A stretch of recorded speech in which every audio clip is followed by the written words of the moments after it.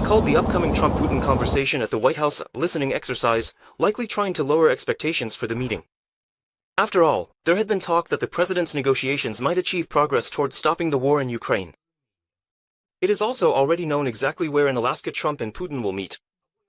The meeting will take place at the Elmendorf-Richardson military base in Anchorage. Why Alaska was chosen for the meeting and what is known about the Trump-Putin negotiations, TSN correspondent Kateryna Fedorchenko will now explain in more detail.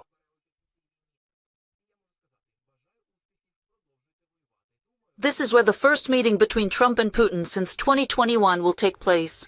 The joint military base Elmendorf-Richardson in Anchorage is a restricted facility, and Alaska itself is an extremely convenient location for the Russian dictator. The United States is not a party to the Rome Statute. Therefore, on this territory, Putin is not at risk of being arrested under the International Criminal Court's warrant for the illegal deportation of Ukrainian children, which is still in effect. While the details of the meeting are still being finalized, the White House has stated that Trump and Putin will speak one-on-one. This upcoming meeting has already been described there as a listening exercise for the American president, thus lowering expectations for significant progress in ceasefire negotiations. I think this is a listening exercise for the president. Only one party involved in this war will be present at the meeting. So the president needs to go and, once again, gain a clearer and better understanding of how we can hopefully bring this war to an end. At the same time, John Bolton, former national security advisor to Trump during his first term, believes that Putin will be receptive to Trump's proposals at the meeting, since he hopes to make some cosmetic concessions and sway the U.S. president to his side.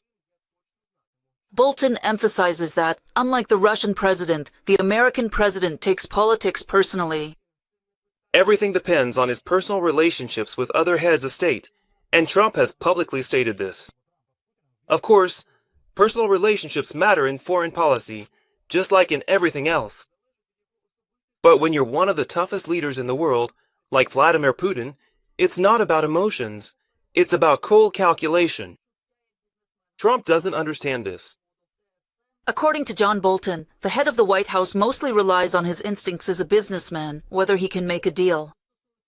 Trump himself has also talked about this. At the conclusion of this important meeting, probably within the very first 2 minutes, I will know with absolute certainty whether a viable deal can be successfully made. Trump did not invite either the president of Ukraine, whose country the negotiations directly concern, or the European leaders to participate in the meeting. However, he promises to later organize a meeting between Zelensky and Putin, either with his participation or without. And immediately after the negotiations on Friday, he will hold talks with the Europeans and Zelensky. I will meet with President Putin, and we'll see what's on his mind. And if it's an honest deal, I will tell the leaders of the European Union and NATO, as well as President Zelensky, about it. I think, out of respect, I will call him first, and then them. And I can say, good luck, keep fighting. Or I can say that we can reach a deal. Trump continues to insist that he envisions some kind of territorial swap where certain territories should be returned to Ukraine, but others will have to be sacrificed. There are two circumstances here. First, none of the sources among the negotiators give even a hint that Putin is planning to give up any occupied Ukrainian territories. On the contrary, he wants Ukraine to hand over the entire Donbass to him without a fight.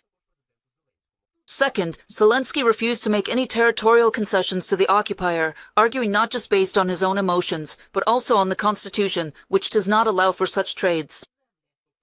And this seriously annoys Trump.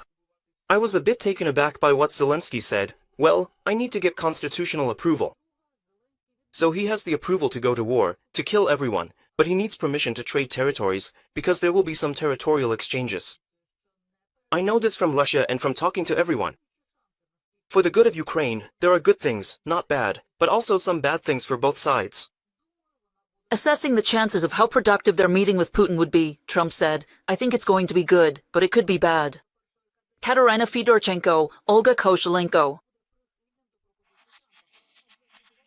TSN 1+1 Marathon, the only news. Ukraine has the inalienable right to choose its own destiny. Before the Trump-Putin summit, European Union leaders adopted a joint statement in support of Ukraine. The document was signed by 26 member countries, with the exception of Hungary. The politicians welcomed Donald Trump's efforts aimed at ending the war and Russia's aggression against Ukraine. At the same time, EU leaders emphasized that international borders must not be changed by force, and that the people of Ukraine should have the freedom to determine their own future. Brussels is convinced that meaningful negotiations can only take place if there is a ceasefire or a reduction in hostilities. And they promise to continue providing political, financial, military, and humanitarian support to Kyiv. The EU High Representative for Foreign Affairs, Kaja Kallas, also believes that as long as Moscow has not agreed to a complete and unconditional ceasefire, there is no point in even discussing any concessions. She explained her position by saying, "This has never worked with Russia in the past, and it won't work with Putin today." In addition, the diplomat announced preparations for the 19th package of sanctions. Separately from the European Union, the Prime Ministers of Canada and the United Kingdom also shared their views. Keir Starmer and Mark Carney warned against imposing a peace agreement on Ukraine. Both leaders agreed that they would continue to work closely with President Trump and President Zelensky in the coming days. 3 days remain until the meeting between Trump and Putin. The President of the United States made a slip of the tongue twice the day before, saying that he was going to Russia on Friday. The White House quickly clarified he made a mistake. The meeting will take place as planned in Alaska. Zelensky will not be there, Trump made clear.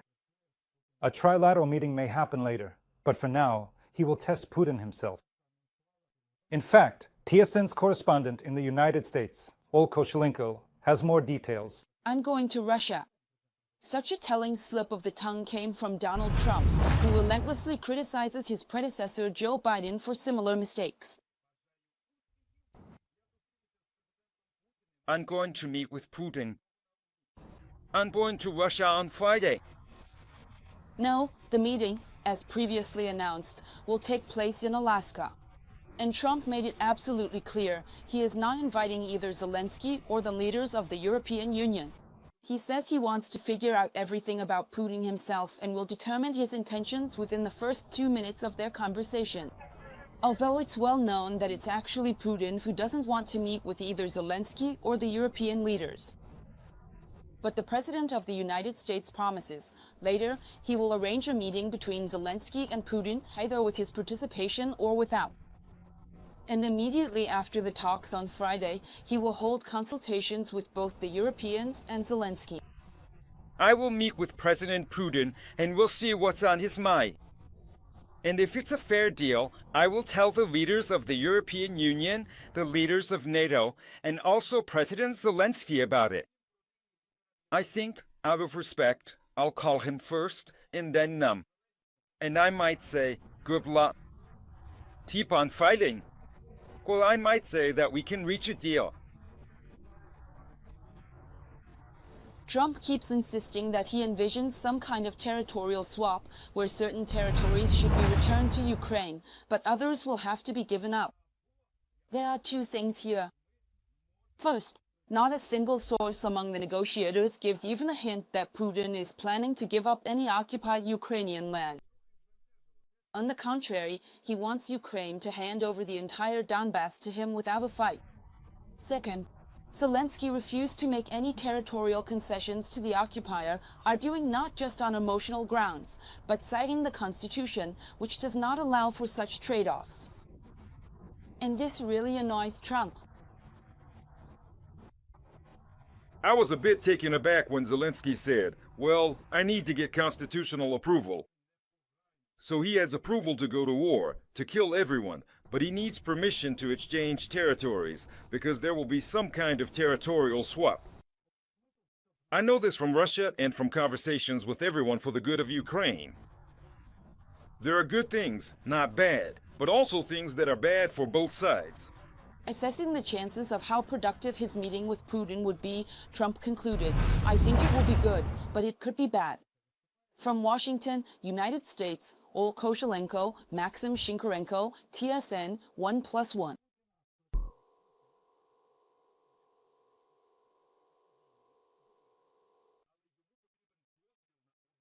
In Alaska, a protest is being organized ahead of the Trump-Putin meeting. The event is being organized by the non-governmental organization Stand Up Alaska. The protest is planned for the day before the U.S.-Russia Leaders Summit. As the organizers explained, they are protesting against the presence of an international war criminal in their state. We are here to send a clear message to both Donald Trump and Putin. Alaska firmly stands against authoritarianism. Their official statement says, meanwhile, due to the arrival of the Kremlin dictator, the U.S. Civil Aviation Administration is planning to close the airspace over Anchorage, the city where the meeting will take place. A notice about the movement of, quote, VIP persons has been published on the agency's website. The airspace will be closed within a radius of almost 50 kilometers and up to an altitude of 5,500 kilometers. The restrictions will be lifted on August 16. That's the day after the meeting between Putin and Trump. So why was Alaska chosen as the location for the Putin-Trump meeting? And why won't the number one criminal be arrested there? There are plenty of arguments to be made here. First of all, Alaska is located directly across from Russia, so Putin will only have to fly over a small stretch of the Bering Strait to land in the States.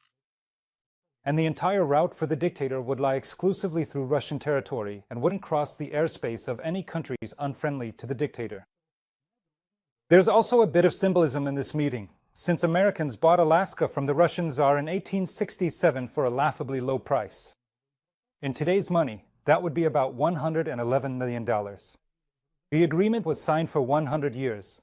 The term expired in 1967, when Russia no longer existed and there was the Soviet Union instead, so Alaska remained an American state. And, as Western media suggests, Putin won't hesitate to remind Trump about this territorial issue. The main topic of the meeting, however, will be discussing Russia's claims to Ukrainian lands. Trump will listen to Putin and figure out how to proceed. And the last, but very important issue for the Kremlin dictator personally, is security. In Alaska, he won't be arrested under the warrant issued by the International Criminal Court more than 2 years ago. After all, the United States does not recognize the ICC and is not a party to the Rome Statute. This week, we are closely following the preparations for the summit in Alaska, and we're also asking you what you think it will be like. Could Ukraine agree to any concessions for the sake of a ceasefire as a result of this meeting? And if so, what kind of concessions? Where do you personally draw the red lines? Be sure to write about this in the comments under our broadcast on YouTube. And of course, give us a like, subscribe to the channel, and I'll continue with the T-Sun broadcast.